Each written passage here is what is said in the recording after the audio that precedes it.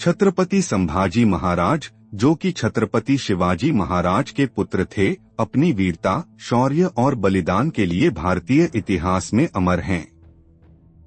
उन्होंने मुगल, पुर्तगालियों, सिद्दी और अंग्रेजों से लगातार युद्ध किया और अपनी अंतिम सांस तक लड़ते रहे। उनके बलिदान ने मराठा साम्राज्य को और मजबूत किया और अंततः मुगलों को भारत से समाप्त करने का मार्ग प्रशस्त किया।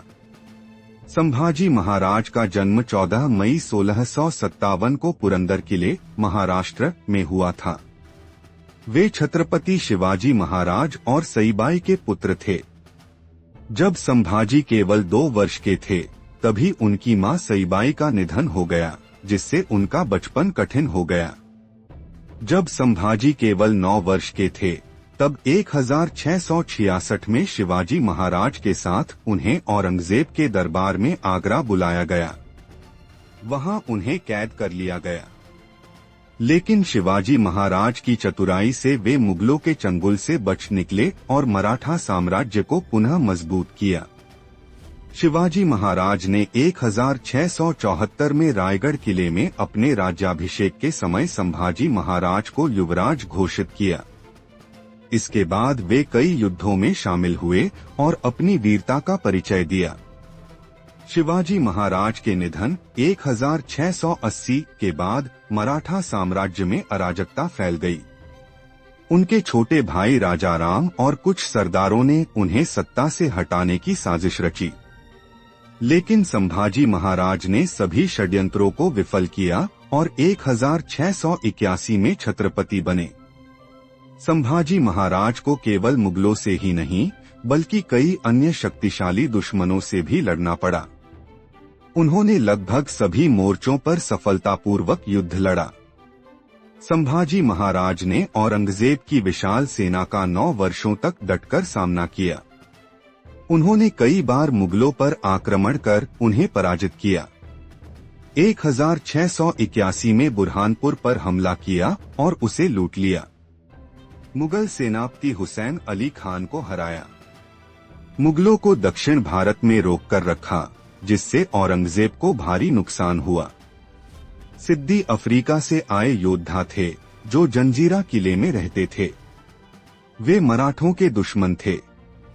संभाजी महाराज ने 1682 से 1683 में जंजीरा किले पर आक्रमण किया, लेकिन सफलता नहीं मिली।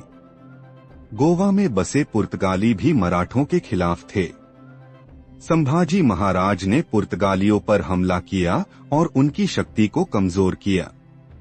अंग्रेज भी मराठों को कमजोर करने की कोशिश कर रहे थे। 1689 में जब संभाजी महाराज मुगलों के खिलाफ युद्ध की रणनीति बना रहे थे, तभी उनके अपने ही सरदार गणेश महादेव शिंदे ने विश्वासघात कर दिया। मुगलों ने अचानक संगमेश्वर, कोल्हापुर में हमला कर दिया। संभाजी महाराज और उनके विश्वासपात्र कवि कलश को पकड़ लिया गया। औरंगजेब चाहता था कि संभाजी महाराज इस्लाम कबूल कर लें, लेकिन उन्होंने इनकार कर दिया। इससे औरंगजेब क्रोधित हो गया और उन्हें अमानवीय यातनाएं दी गईं। यातनाओं की सूची उनकी आंखें गर्म सलाखों से फोड़ दी गईं। उनकी जीभ काट दी गई ताकि वे हर हर महादेव न बोल सकें। उनकी चमड़ी को लोहे की कीलों से उधेड़ा गया। उनके शरीर पर गर्म लोहे के छल्ले दागे गए। उनका मांस काट काट कर शरीर से अलग किया गया। 21 दिनों तक अमानवीय यातनाएं सहने के बाद 11 मार्च 1689 को तुलापुर में हत्या कर दी गई। लेकिन मृत्यु के बाद भी मराठाओं ने हार नहीं मानी। संभाजी महाराज की मृत्यु ने मराठाओं को और भी अधिक शक्तिशाली बना दिया। मराठा सेनाओं ने बदला लेने के लिए मुगलों पर भीषण हमले किए। औरंगजेब 27 वर्षों तक दक्षिण भारत में उलझा रहा और अंततः मराठों से हारकर 1707 में उसकी मृत्यु हो गई। संभाजी महाराज की शहादत के बाद मराठा साम्राज्य और मजबूत हुआ और अंततः मुगलों का पतन हो गया। संस्कृत और मराठी भाषा के महान विद्वान उन्होंने बुधभूषण नामक ग्रंथ लिखा। मराठा साम्राज्य के सबसे साहसी योद्धा उन्होंने एक साथ मुगल, पुर्तगाली, सिद्दी और अंग्रेजों से युद्ध किया। हिंदू धर्म और संस्कृति के रक्षक, उन्होंने जबरन धर्म परिवर्तन को ठुकरा दिया और अपने प्राण न्योछावर कर दिए। छत्रपति संभाजी महाराज की कहानी केवल एक योद्धा की नहीं, बल्कि एक सच्चे राष्ट्रभक्त, निडर योद्धा और बलिदानी सम्राट की कहानी है।